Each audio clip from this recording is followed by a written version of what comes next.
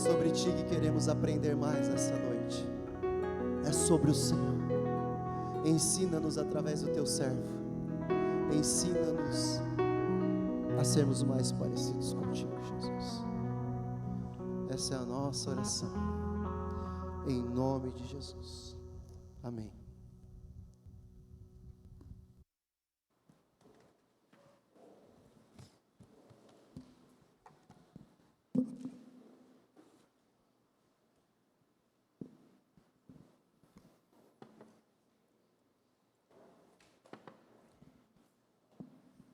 Boa noite a todos, irmãos. Tome seus assentos, fiquem à vontade. Deixa eu ligar meu cronômetro aqui, porque o pastor Bruno falou que hoje o culto poderia ser pelo menos de umas 3 horas, então já quero deixar o tempo aqui correndo. Mas brincadeiras à parte, sejam todos bem-vindos. Você que nos visita pela primeira vez, se você está procurando algum local para congregar, sinta-se em casa, sinta-se à vontade.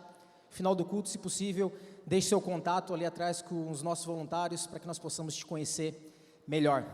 Irmãos, hoje daremos continuidade à minissérie Advento de Natal, e hoje falaremos a respeito do nascimento do nosso Rei, Jesus. Semana passada, o pastor Timo nos trouxe uma palavra abençoada, falando sobre o anúncio que o anjo Gabriel falou com Maria, a respeito que ela seria a agraciada, aquela que iria receber o Senhor Jesus em seu ventre, e por meio dela, ela como um instrumento de Deus naqueles dias, trouxe o Salvador do mundo por meio de sua vida.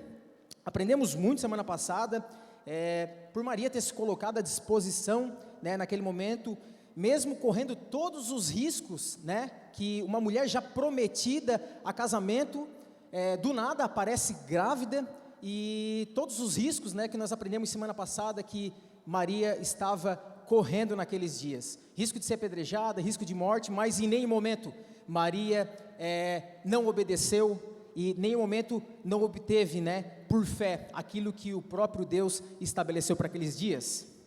Irmãos, eu não sei como você passou esses últimos dias, eu não sei como foi a sua ceia de Natal, talvez o seu café, um almoço de Natal, mas eu quero acreditar que dentro da sua casa, seja você com sua família ou não, se você estava sozinho ou não, eu quero acreditar que todos vocês entenderam o real sentido da comemoração do Natal. Nós comemoramos o nascimento do nosso amado Jesus, e talvez tantas pessoas ontem à noite ou sexta-feira estavam reunidos com muitas pessoas em suas casas, talvez tantos presentes colocados embaixo de uma árvore de Natal, presentes às vezes com um grau valor, uma ceia posta sobre uma mesa com tanta comida, mas irmãos, eu quero lhes dizer, se o anfitrião daquela festa não estava naquela noite, naquele dia, nada daquilo ali tem valor. Durante os anos o Natal, a data do Natal, ela é só mais uma data praticamente num calendário, que as pessoas correm atrás de presentes freneticamente, trabalham um ano inteiro, às vezes colocando a expectativa numa data comemorativa, e especialmente o Natal se tornou só mais uma data. Eu espero que isso não tenha acontecido dentro de suas casas, porque se você estava com a sua família, ou se você estava sozinho, mas se o anfitrião da festa estava com você naquele dia, você já teve o maior e o melhor presente, que dinheiro nenhum, qualquer outra coisa, poderia comprar esse presente, que é o dom da salvação, a graça de Deus, o próprio Jesus, o anfitrião da festa, estava conosco naquela noite. E esse é o maior presente que uma pessoa pode ganhar, é a sua salvação, por meio de confiar no nosso Salvador como Senhor e Salvador das nossas vidas. E talvez essas pessoas que tiveram um banquete tão farto, estavam ali com todos os seus familiares, pessoas viajaram de um trajeto longo, chegou no final da festa, o anfitrião não estava ali, elas estavam tão vazias quanto começou aquela comemoração. A expectativa de ganhar um presente talvez não preencheu aquele vazio, que somente nós sabemos que Jesus pode preencher. Pois bem, irmãos, é com essa breve introdução que eu gostaria que vocês abrissem comigo as suas Bíblias lá em Mateus, no capítulo 2, do verso 1 ao 12, nós leremos para que a gente possa adentrar na palavra essa noite. Você pode me acompanhar no telão. E o texto bíblico diz assim: Tendo Jesus nascido em Belém da Judéia, nos dias do rei Herodes, eis que vieram uns magos do Oriente a Jerusalém, e perguntavam: onde está o recém-nascido rei dos judeus? Porque vimos a sua estrela no Oriente e viemos para adorá-lo. Ao ouvir isso, o rei Herodes ficou alarmado, e com ele toda Jerusalém. Então Herodes convocou todos os principais sacerdotes e escribas do povo e lhes perguntou: onde está o Cristo? Onde o Cristo deveria nascer? Eles responderam: em Belém da Judéia, porque assim está escrito por meio do profeta. E você, Belém, terra de Judá, de modo nenhum é a menor entre as principais de Judá, porque de você sairá o guia que apacentará o meu povo Israel. Com isto, Herodes, tendo chamado os magos para uma reunião secreta, perguntou-lhes sobre o tempo exato em que a estrela havia aparecido. E enviando-os a Belém, disse-lhes: vão e busquem informações precisas a respeito do menino, e quando o tiverem encontrado, avise-me, para eu também ir adorá-lo. Depois de ouvirem o rei, os magos partiram, e eis que a estrela que viram no oriente ia adiante deles, até que, chegando, parou sobre onde o menino estava. E vendo eles a estrela, alegraram-se com grande e intenso júbilo. Entrando na casa, viram o menino com Maria sua mãe, prostrando-se, o adoraram e, abrindo os seus tesouros, entregaram-lhe suas ofertas: ouro, incenso e mirra. E tendo sido avisados por Deus em sonho para não voltarem à presença de Herodes, os magos seguiram por outro caminho para a sua terra. Vamos orar novamente, irmãos. Santo Deus, nós te adoramos, bendizemos o teu nome e te pedimos, Pai, que nessa noite eu seja um mero instrumento em tuas mãos. Que essa palavra ela possa cair em terreno fértil na vida dos meus irmãos. Que essa palavra possa ressuscitar mortos espirituais, mas que possa edificar ainda mais a fé dos meus irmãos que já depositaram a sua plena confiança de fé e salvação em Ti, Jesus. Que nessa noite nós possamos ser transformados à medida que a Tua palavra seja aqui posta diante da comunidade. É no Teu santo e poderoso nome que eu oro e Te agradeço. Pois bem, irmãos, eu gostaria de analisar esse texto com vocês, olhando uma perspectiva de 3 grupos diferentes de pessoas que eu vou destacar aqui nesse texto. O primeiro grupo são aquelas pessoas que rejeitam Jesus. São aquelas pessoas que são hostis ao nome de Jesus. Talvez você conheça esse tipo de pessoa. As pessoas que quando você chega e fala sobre Jesus, elas logo já mudam de assunto, elas logo já retraem. Pessoas que matam por causa de Jesus. Pessoas que são capazes de fazer atrocidades por causa do nome do nosso rei. O segundo grupo de pessoas são aquelas pessoas que são indiferentes. Elas até conhecem Jesus, elas até leem a Bíblia, elas até frequentam uma igreja, elas até falam de Jesus para algumas pessoas, mas essas pessoas, em um dado momento da vida delas, elas vão se comportar com indiferença ao nosso Salvador. Mas eu quero acreditar que nenhum de vocês que aqui estão essa noite estão nesses 2 primeiros grupos.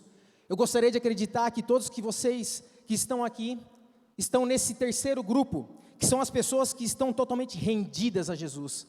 Aquelas que adoram Jesus por tudo que Ele é, por tudo que Ele fez e por tudo aquilo que Ele continua fazendo em minha vida e na vida de vocês.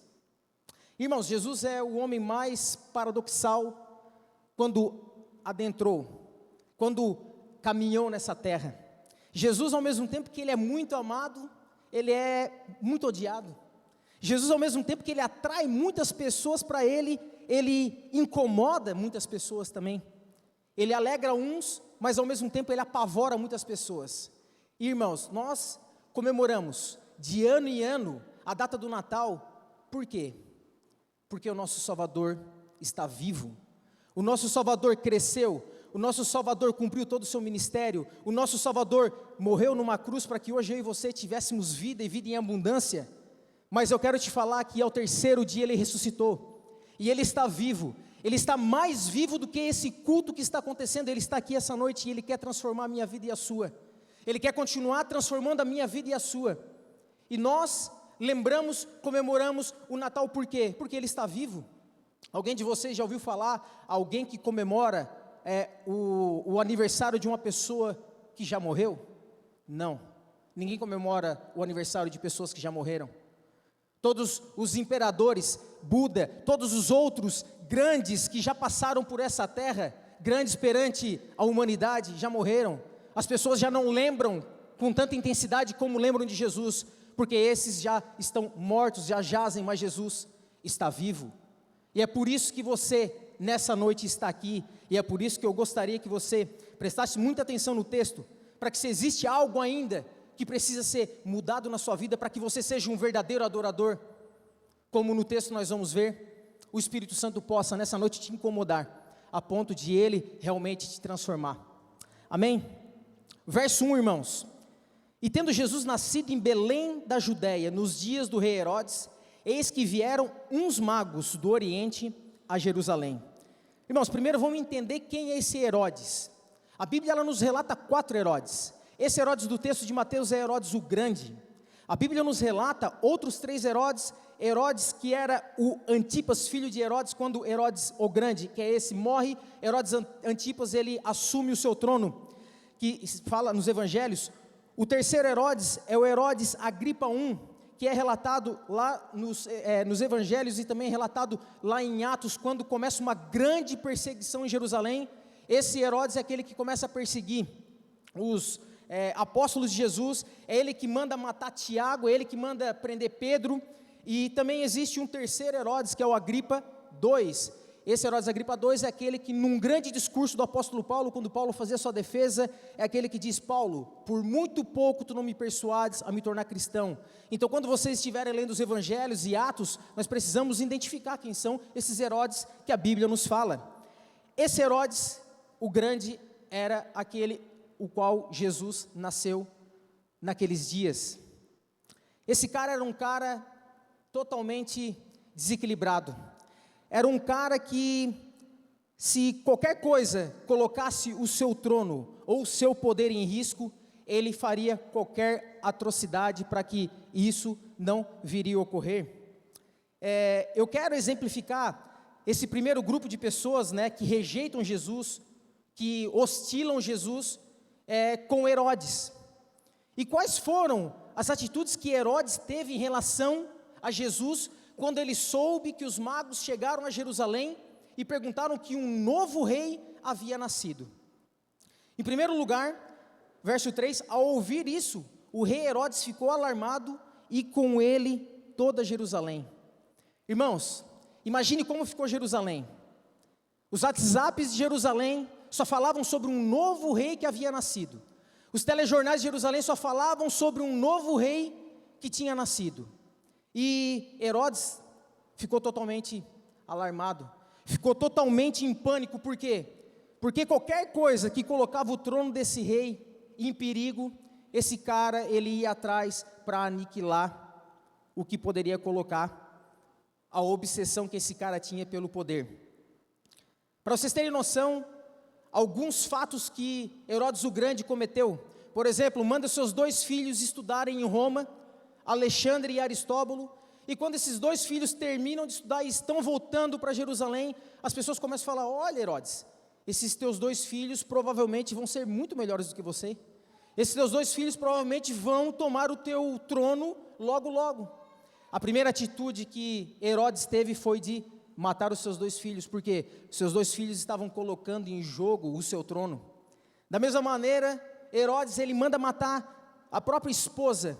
Quando Herodes vai até Roma para falar com César, com medo que alguém o traísse com a sua esposa, ele resolve matar a sua própria esposa. Herodes, da mesma maneira, manda matar toda a família dos Macabeus, toda a descendência dos Macabeus, que naquela época poderiam colocar em jogo o seu reinado, ele manda dizimar. Era um cara totalmente desequilibrado, e qualquer coisa que pudesse colocar em jogo a sua autoridade, o seu poder naqueles dias, ele perseguia. E não seria diferente com Jesus, a ponto de, quando ele sabe que um novo rei, quando os magos chegam em Jerusalém, anunciam sobre isso, ele quer saber com exatidão quem era esse rei. Ele queria saber com exatidão aonde estava esse possível rei que havia nascido. o verso 4, 5 e 6 diz assim: então Herodes convocou todos os principais sacerdotes, escribas do povo, e lhes perguntou onde o Cristo deveria nascer. Eles responderam: em Belém da Judéia, porque assim está escrito por meio do profeta. E você, Belém, terra de Judá, de modo nenhum é a menor entre as principais de Judá, porque de você sairá o guia que apacentará o meu povo Israel. Irmãos, esse Herodes ficou muito curioso. Ele assim: não, eu preciso saber a localização exata de onde esse menino nasceu. Então o rei, ele convoca todos os escribas, sacerdotes, os fariseus que tinham na época, e faz uma reunião. Olha, eu preciso saber com exatidão aonde que esse novo Messias, esse novo rei nasceu. E o que os escribas falaram? Olha, existe uma profecia falada lá em Miqueias 5:2 que fala que é lá em Belém da Judéia. É lá que esse menino deveria nascer. Então, primeiro ponto, Herodes já sabe a localização exata de onde esse menino nasceria. E com isso, Herodes tendo chamado, os magos agora para uma reunião secreta, ele fala: olha, magos, vão até Belém, e quando vocês chegarem no local exato onde o menino está, por favor, manda aqui no meu WhatsApp a localização exata, que eu também quero ir adorar esse novo rei que nasceu. Vocês veem a hipocrisia de Herodes nesse momento. Um cara que fala da boca para fora, mas o seu coração estava totalmente longe de adorar Jesus. Um cara que falou da boca para fora que queria adorar Jesus naqueles dias, mas o que ele queria, na verdade, era começar a arquitetar o seu plano para também dizimar essa possível ameaça que poderia chegar até o seu trono. Herodes quer essas informações precisas. Com sagacidade, ele começa a montar essa estratégia, e por meio dos magos, ele vai tentar buscar essa informação. Irmãos, eu não sei se algum dia vocês já foram perseguidos por causa do Evangelho, mas se nós olharmos as pessoas que realmente são perseguidas, como na África, se nós olharmos no Oriente Médio, janela 1040, as pessoas que, por falar de Jesus, a sua cabeça pode rolar, essa questão da perseguição, naquele momento, o Herodes começa a perseguir Jesus, achando que ele estava no controle da situação. Ele achava que por ele estar arquitetando, por ele chamar todos os escribas, já saber a localização, e agora mandaram os magos até Belém, no local onde Jesus nasceria, ele achava que estava no controle da situação. Mas eu quero te dizer nessa noite, irmão, que por mais que os homens terrenos fazem os seus planos, e parece que seus planos não podem ser frustrados, eu quero te dizer que Deus, Todo-Poderoso e Soberano, Ele não perde o controle de nada em nossas vidas. E nesse momento Herodes achava que ele estava à frente desse plano, mas não, ele não estava. E eu quero te falar, irmão, que diante de Herodes, diante desse ponto, muitas vezes nós estamos arquitetando planos e Deus nos frustra, porque nós não buscamos saber qual é a vontade de Deus. Ou seja, que não haja nenhum Herodes dentro do nosso coração, que antes de tudo nós venhamos chegar diante de Deus e perguntar qual é a sua vontade para as nossas vidas, que nós possamos adentrar no ano de 2022, buscando a Deus para saber qual é a real vontade dEle sobre as nossas vidas, e não arquitetar a nossa vida conforme nós achamos que deve ser. De outra forma, irmãos, eu gostaria de falar sobre o segundo grupo de pessoas, que são aquelas que agem com indiferença diante de Jesus. Então, o primeiro grupo de pessoas são aqueles que perseguem Jesus, são aqueles que perseguem a igreja de Cristo, aqui exemplificado pelo rei Herodes. E o segundo grupo de pessoas são aquelas que agem com indiferença, com descaso, representados aqui pelo texto, no verso 4, 5, 6, pelos fariseus da época, pelos escribas, pelos caras que continham no entendimento todo o Velho Testamento. Era o povo religioso da época. O texto diz que Herodes então convoca os principais sacerdotes e escribas e pergunta onde o Cristo deveria nascer. E esses caras, eles falam com exatidão: olha, é lá em Belém, lá na casa do pão, porque deveria vir da descendência de Davi. É lá o local exato, porque lá o profeta Miqueias fala no capítulo 5, 2, que fala que é lá. Esses caras sabem dizer o local exato. Esses caras sabiam aonde procurar nas escrituras, mas eles estavam longe de Jesus. Esses caras sabiam tudo pelo qual motivo o Antigo Testamento apontava para as profecias messiânicas. Esses caras sabiam o porquê que dentro da Arca da Aliança tinha a vara seca de Arão que floresceu, tinha o maná, tinha as tábuas da lei. Esses caras sabiam o porquê que de ano em ano os sacerdotes adentravam no tabernáculo para fazer os sacrifícios. Eles sabiam para onde os profetas apontavam, sabia para onde os patriarcas haviam feito tantas coisas por meio da fé. Tudo apontava para Jesus, irmãos. Esses caras sabiam com exatidão e sabiam dar as respostas certas. Mas embora conhecessem precisamente as profecias que falavam sobre Jesus, eles não estavam se importando com o nosso Salvador. Porque esses magos, eles saíram do Oriente, como o texto fala, cruzaram desertos, como o calor que fez hoje e fez ontem, talvez esses magos ficaram dias, talvez meses, numa longa caminhada para chegar até Jerusalém. E por que eles foram até Jerusalém? Porque uma estrela apontou nos céus, por meio de Deus, levando esses magos até o local que primeiramente eles chegaram, que foi Jerusalém, aonde era o berço da religiosidade. Eles foram até onde a palavra de Deus estava contida, para buscar com mais exatidão e precisão, aonde o menino, o nosso Salvador, o Jesus, deveria nascer. Ou seja, esses magos cruzam praticamente quase 2.000 quilômetros para conhecer o nosso Salvador e adorá-lo.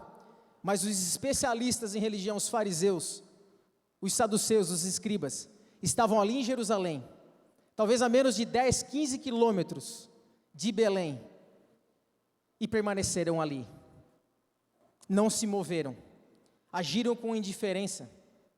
Eles conheciam a verdade, mas em nenhum momento estavam praticando. Tinham conhecimento, mas não o compromisso com Cristo. Tinham a informação, mas não tinha a transformação.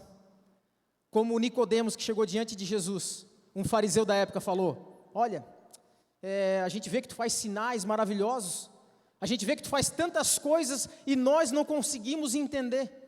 Qual é a resposta de Jesus para Nicodemos?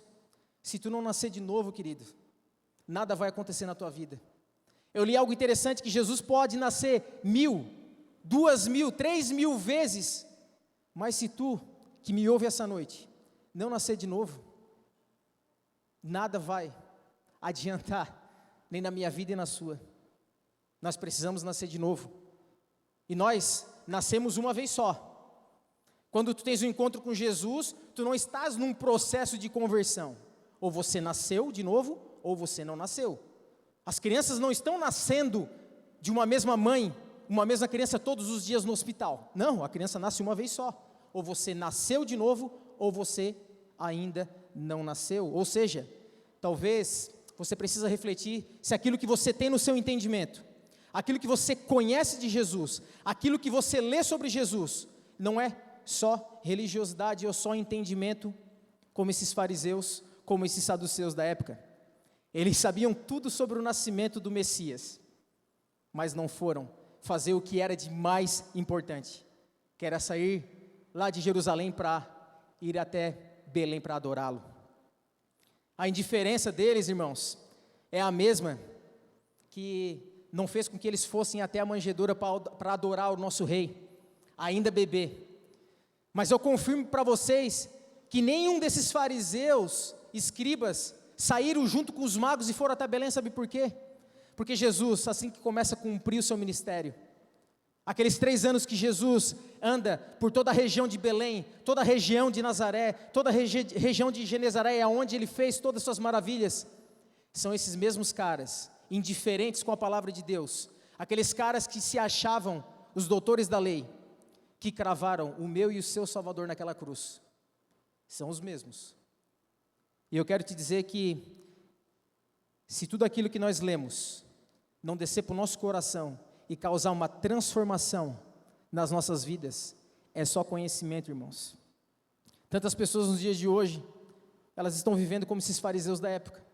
Podem fazer até teologia, podem fazer cursos, conhecer a Bíblia de Gênesis e Apocalipse, mas se não houver uma transformação na mente, uma transformação no coração, e isso redundar no serviço, no discipulado, na pregação do Evangelho, das boas novas, para que o reino de Deus avance, por meio do conhecer, viver e servir, nós seremos indiferentes. E pode chegar naquele grande dia, Jesus chegar diante de mim ou de você, e eu espero que não aconteça com ninguém que aqui está me ouvindo essa noite, em nome de Jesus, que Ele não chegue e fale: olha, apartai-vos de mim, eu não te conheço. Poxa vida, Jesus, eu até preguei lá na Viva, eu até falei para os meus amigos que Tu é um Salvador. Nossa, eu sabia tanto, eu fiz até curso de teologia, Jesus. Eu não te conheço, cara, eu não tenho intimidade contigo.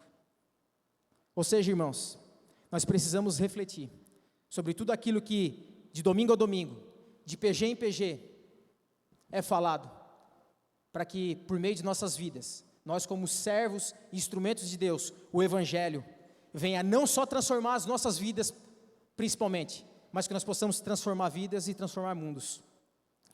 Pois bem, mas todos vocês que estão aqui essa noite, não estão nesse primeiro grupo, nem no segundo grupo, eu quero acreditar nisso, e glória a Deus por isso, mas eu quero acreditar que vocês que aqui me ouvem essa noite, estão nesse terceiro grupo que eu falei, que são aqueles que estão totalmente rendidos, que adoram Jesus por aquilo que Ele é, por aquilo que Ele fez, por aquilo que Ele tem feito, e são representados no texto pelos magos. Sabemos, irmãos, que esses magos eram gentios, eles não eram judeus. Nós também sabemos que eles não eram reis magos, ou seja, preste bastante atenção no texto quando você lê, eles não eram reis magos, eles eram magos, e isso era a tradição que falava sobre reis magos. Eles não eram 3 magos, não é porque eles entregam 3 presentes que a Bíblia fala que eram 3, é no plural, deve ser mais de 2. Fiquem atentos quando vocês chegarem e olharem embaixo de uma árvore de Natal, que aquela cena que ali está posta sobre aqueles magos adorando Jesus, aquilo ali não é verdade, irmão. Talvez te enganaram, aquilo ali não é nada verdade, sabe por quê? Porque esse texto, quando os magos já saem lá do Oriente e chegam até Belém, já se passaram mais ou menos 2 anos e Jesus já não está mais na manjedoura, e nós vamos ler no texto que Jesus já está numa casa. Então nós precisamos nos atentar pelas coisas que de tradição em tradição são passadas. Mas uma coisa me chama a atenção, que por esses magos, eles serem gentios, talvez a tradição dos seus familiares, de ter falado de Jesus para os seus pais, para os seus antepassados, fizeram com que esses magos vieram a se interessar pelo nosso Salvador, vieram a se interessar tanto pelo nosso Salvador, que por meio da fé, por meio de algo que Deus mostrou para eles, nos céus, um sinal, de geração em geração, isso foi passado. E eu te pergunto, você tem impactado a sua família, você tem impactado essa geração, por meio da pregação do Evangelho, por meio das boas novas? Porque nós só temos essa geração, irmãos. Assim que passar a nossa geração, nós não vamos ter mais tempo para olhar para trás e nos arrepender daquilo que nós não falamos, daquilo que nós não fizemos. Talvez 1 minuto na eternidade nós vamos olhar para trás e dizer: nossa, eu deveria ter chorado mais, eu deveria ter pregado mais, eu deveria ter falado mais de Jesus, eu deveria ter feito mais e mais e mais. Tudo bem que nós já vamos estar na eternidade, e amém por isso, mas irmãos, não vamos perder tempo com coisas que não são tão importantes, mas que Jesus, por meio de nossas vidas, como aqui, para esses magos, talvez fosse a coisa mais importante para a vida deles, pela longa trajetória de eles terem saído de um local, por meio da fé, por meio daquilo que eles acreditavam ser, para ir até o nosso Salvador, com uma intenção de adorá-lo e de entregar algumas coisas tão valiosas para eles naqueles dias. Ou seja, o nome deles também não é Belchior, Baltazar e nem Gaspar. Ou seja, tudo isso que vocês ouviram algum dia, esquecem. Eles eram magos e saíram do Oriente para ir até Belém para adorar Jesus. E o que os magos, irmãos, fizeram então, quando eles tiveram esse encontro com o nosso Salvador? Verso 10 diz assim: e vendo eles a estrela, alegraram-se com grande e intenso júbilo. Irmão, sabe o que é se alegrar com intenso júbilo? Quando eu dou um presente para o meu filho, para o Lucas, eu chego com um presente assim: filho, tu vai ganhar um presente. Ele ri, ele cai no chão, ele chega até a chorar, ele faz algo tão intenso porque ele vai ganhar um presente, que ele se transforma. É isso que eu e você precisamos ter no nosso coração, quando nós falamos de Jesus, quando nós viemos aqui de domingo a domingo adorá-lo, quando nós abrimos a Bíblia para ler sobre quem Ele é, sobre o que Ele fez e sobre o que Ele ainda tem feito em nossas vidas. E isso é se alegrar com intenso júbilo. Mas de domingo em domingo, como no calor que estava hoje, eu não sei se eu vou no culto, né? Eu fiquei a tarde inteira no ar-condicionado, mas me bateu uma moleza, e será que eu vou no culto? Irmãos, esses caras saíram para andar, não sei se foi a cavalo, não sei se foi em cima de um camelo, a Bíblia não nos relata. Mas para aqueles que fazem uma viagem mais ou menos de 2.000 quilômetros num carro, né, Timo? Que não é moleza, né? Eu quero acreditar que a viagem desses magos não foi nada fácil. Enfrentando o deserto, calor, chuva, enfrentando tudo que eles enfrentaram para ir adorar o Senhor. E eu e você às vezes colocamos tantas desculpas para não vir no culto. Reflita sobre isso. Eles se alegraram com grande e intenso júbilo. E sabe por quê, irmãos? Porque alegria, Jesus é a nossa alegria. E todas as outras coisas nos trazem uma alegria passageira, mas somente Jesus consegue nos trazer uma alegria que é eterna. Quando eles entraram na casa, o verso 11, eles entraram na casa, ou seja, Jesus já não estava numa gruta, Jesus não estava numa estrebaria, Jesus já estava numa casa, Jesus já deveria ter mais ou menos uns 2 anos de idade. Entrando na casa, verso 11, viram o menino com Maria, sua mãe, prostrando-se, o adoraram, e abrindo os seus tesouros, entregaram-lhe suas ofertas, ouro, incenso e mirra. Primeira coisa, irmãos, esses magos adoraram Jesus com humildade. Talvez eram pessoas de alto poder aquisitivo lá no Oriente, talvez fossem pessoas importantes de alguma classe no Oriente. Pelos presentes que eles trouxeram, eles não eram qualquer tipo de pessoa, mas mesmo assim, quando chegaram diante daquele bebê, com 2 anos de idade, eles não tiveram dúvida nenhuma que aquele ali era o Messias. Eles não tiveram dúvida nenhuma que aquele ali seria o Salvador, o libertador de Israel, o Filho de Deus encarnado. E eu e você muitas vezes temos tantas dúvidas a respeito de Jesus. Eu e você às vezes queremos ver sinais, queremos ver Jesus, não, me mostra um sinal que, não sei, eu preciso ver um sinal, Jesus. Esses magos ainda poderiam ter alguma desculpa, irmãos, para querer ver algum sinal, mas por meio do sinal que Deus deu para eles naqueles dias, eles em nenhum momento duvidaram. E eu e você temos toda a revelação de Deus em nossas mãos, e muitas vezes temos dúvidas. Nós não podemos, irmãos, em momento algum, ter dúvidas. Por mais que Deus possa nos dar sinais, Deus é Deus, Ele faz da maneira que Ele quiser, mas não fique pedindo sinais. Seja você o sinal maior na vida daqueles que te rodeiam.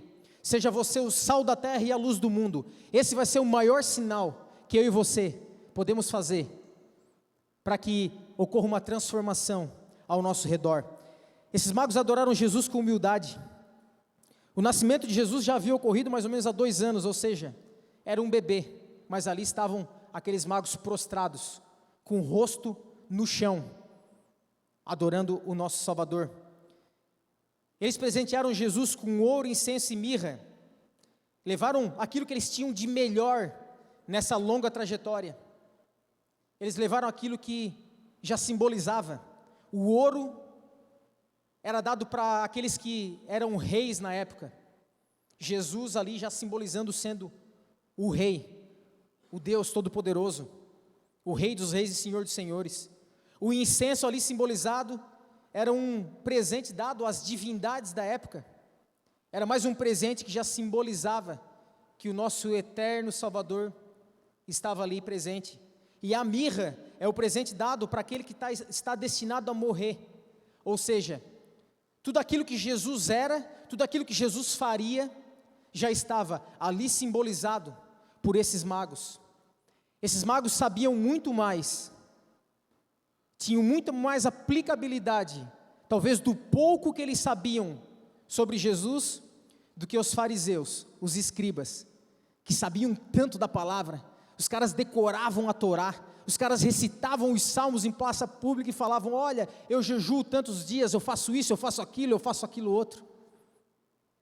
Irmãos, nada disso vai levar nós para o céu, se nós, com o rosto em terra, como esses magos, não adoramos com tudo aquilo que nós somos e tudo aquilo que nós temos, como esses magos fizeram. E não vai ser por isso que nós vamos para o céu, mas vai ser por aquilo que Jesus fez por nós. Então, como gratidão à obra magnífica da cruz, eu e você tomamos como exemplo isso que os magos fizeram. E o que eles fizeram, esses magos, depois que tiveram um encontro com Jesus? Irmãos, como eu falei para vocês, as pessoas que tiveram realmente um encontro com Cristo, um encontro genuíno, eu não estou aqui falando sobre uma oração que você fez, eu não estou falando sobre uma profecia que te falaram, eu não estou falando sobre algo sobrenatural, não. O algo mais sobrenatural que pode acontecer e que, creio eu, que já aconteceu na sua vida, e se não aconteceu, eu espero que aconteça essa noite, é um encontro genuíno com Cristo, que te transforma, que muda a tua vida de caminho, que faz você nascer de novo. Porque aquele que tem um encontro com Cristo, ele já não é mais o mesmo. Aquele que tem um encontro com a religião, ele vai capengar, ele vai patinar, ele vai tentar alcançar os céus. Mas aquele que tem um encontro genuíno com Cristo, ele não vai ser mais o mesmo. Como o apóstolo Paulo, talvez o maior fariseu da época, o cara que manjava de Bíblia, como ele talvez naqueles dias não tinha alguém parecido, porque ele mesmo se intitulava isso. Aquele cara teve um encontro com Cristo, em Atos dos Apóstolos, e ele fazia o quê? Naquele momento estava perseguindo a igreja de Cristo, e Jesus fala para ele: por que tu me persegues, Paulo? Aquele cara, quando teve um encontro com Cristo, ele foi transformado. Eu espero, irmãos, que nessa noite, se existe alguma área da tua vida que ainda precisa ser transformada, que Jesus te encontre.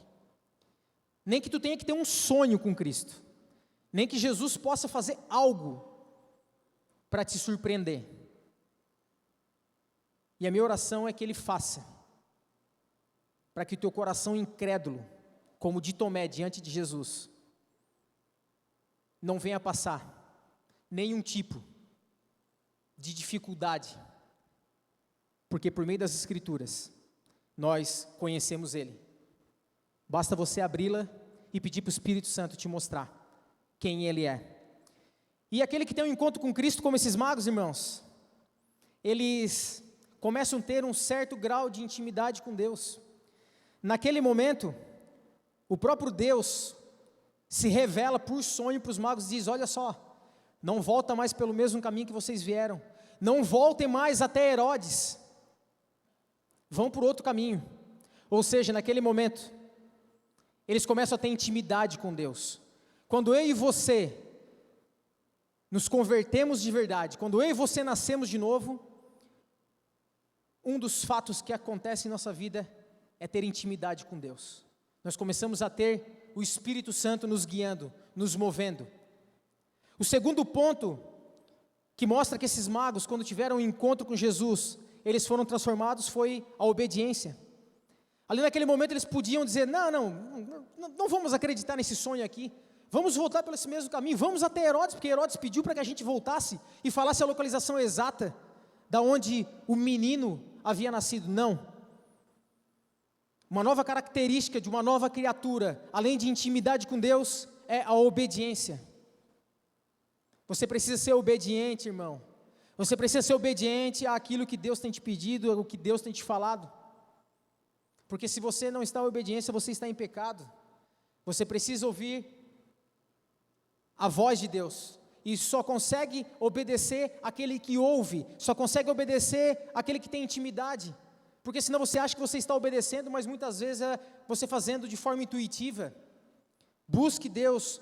Busque Ele no secreto. Busque Ele por meio da palavra de Deus. E começa a obedecê-lo. Porque não existe nada melhor do que fazer a vontade de Deus e obedecê-lo. E o terceiro ponto que eu trago para vocês, sobre o que aconteceu na vida desses magos, que quem tem um encontro com Cristo, nunca mais anda pelos mesmos caminhos. Existe uma mudança de mente, uma mudança de coração, uma mudança de vida, uma mudança de rota. Esses magos não voltaram pelo mesmo caminho que eles foram até Belém. Eles voltaram por outro caminho, porque aqueles que têm um encontro com Cristo já não andam nos mesmos caminhos que andavam antigamente. A banda pode subir, eu já estou quase finalizando. E eu gostaria, irmãos, de fazer algumas aplicações. Eu gostaria de te convidar a pedir para o Espírito Santo te mostrar. Talvez você possa estar no primeiro grupo, nesse grupo caracterizado por Herodes. Talvez existe ídolos ainda dentro do seu coração, pecados ocultos que estão dentro do seu coração, que quando Jesus chega com a sua luz e ameaça roubar esses locais na sua vida, você se sente tão ameaçado quanto Herodes. Talvez você precise pedir para o Espírito Santo para que Ele te mostre se ainda existe algum pecado, se existe ainda algum ídolo na sua vida.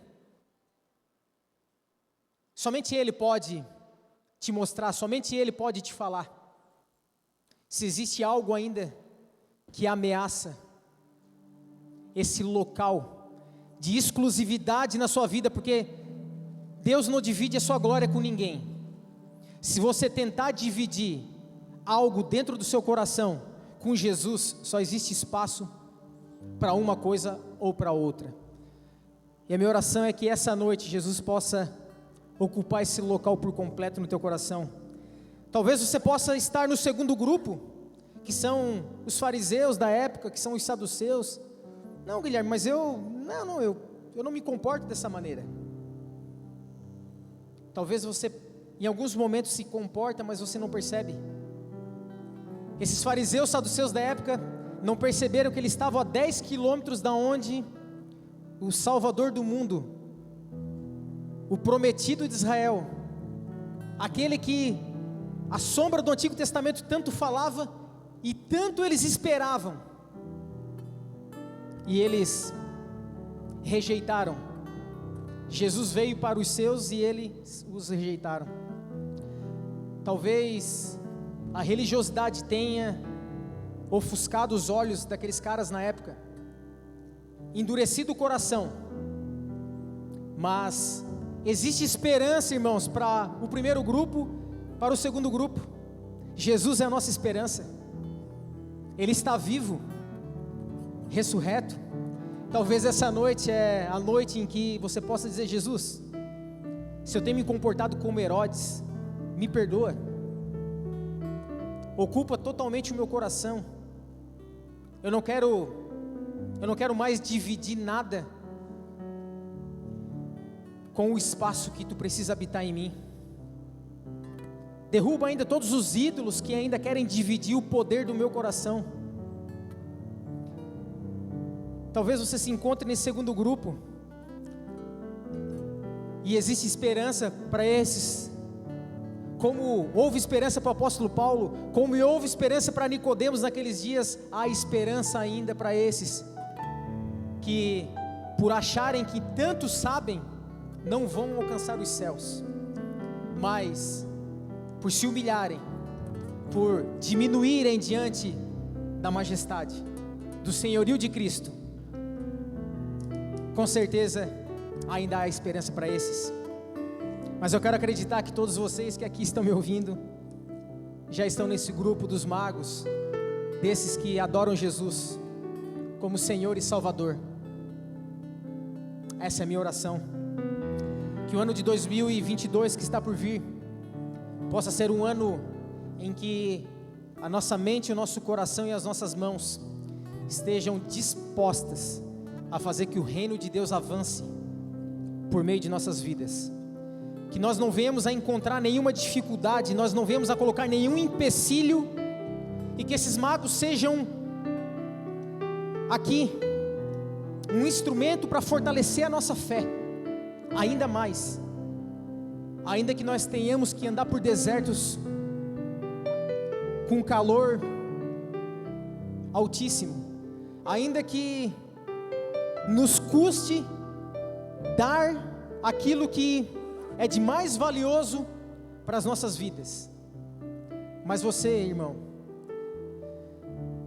não está dando a sua vida para um local onde você não vai ter um retorno. Nosso retorno já está reservado na morada eterna. O Pai já foi para lá para preparar morada, para que eu e você, um dia, junto com Ele, podemos nos alegrar, aonde já não vai existir mais choro, não vai existir mais tristeza, nem doença, nem problemas, e que nós possamos olhar para trás como esses magos olharam e, voltando para suas casas, venham estar convictos e dizer: valeu a pena toda essa trajetória, valeu a pena nós, por fé, ter caminhado e não ter olhado para trás.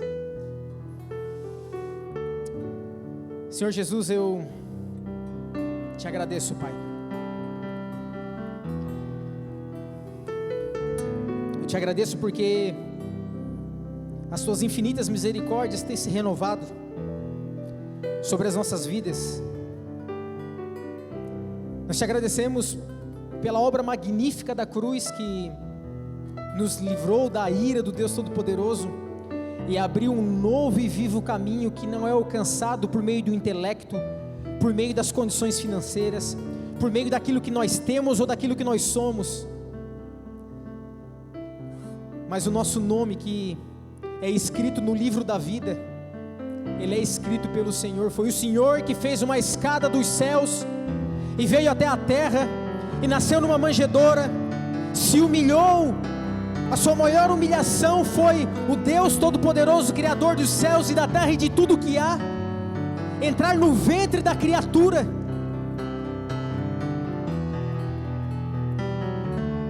e andar com a sua criação, mas para que o plano eterno, que já havia sido estabelecido antes mesmo da fundação de tudo, viesse a ser cumprido. E ainda hoje o Senhor tem o prazer de nos usar, tão pecadores quanto nós somos, Pai. Nós carecemos da Tua graça, Pai. Sem Ti nós não podemos nem levantar de nossas camas, sem o Senhor nós não podemos caminhar. Eu te peço que a Tua igreja essa noite possa ser edificada, Pai. A fé da Tua igreja possa ser fortalecida. Fortalece a nossa fé, Pai.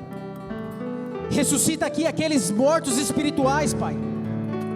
Que a fé vem pelo ouvir e ouvir a Tua palavra, que o Teu Santo Espírito, aquele único que convence o homem do pecado, da justiça e do juízo, venha nos confrontar, venha nos deixar totalmente, Pai, inconformados, mas que a transformação, que é dura, que é dolorosa, mas é eterna, possa acontecer em nossas vidas, e aqueles que aqui já Te têm como Senhor e Salvador, possam sair ainda mais fortalecidos, para caminhar essa jornada, e combater o bom combate da fé, anunciar a Tua palavra, e que Cristo Jesus seja formado em nós, de glória em glória, até que um dia Tu volte, porque um dia Tu fosses prometido, que Tu virias, e Tu veio,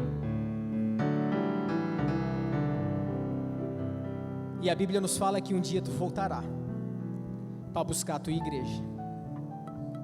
Nos ajuda, Senhor, a povoar o céu, por meio da Tua santa palavra.